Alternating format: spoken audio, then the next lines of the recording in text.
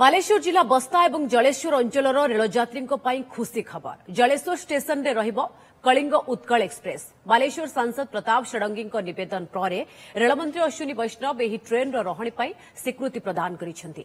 महामारी कोरोना परठू बस्ता और जलेश्वर रे कलिंग उत्कल एक्सप्रेस रहणी बातिल करा जायथिला।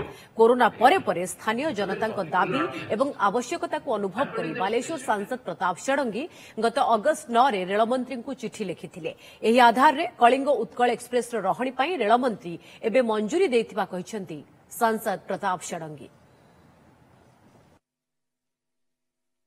जलेश्वर रे कलिंग उत्कल एक्सप्रेस स्टॉपेज पाई एवं बस्ता रे बारंबार लोक मान कहिथिले माननीय मंत्री को चिठी लिखिली एवं बहुबार आलोचना करथिली।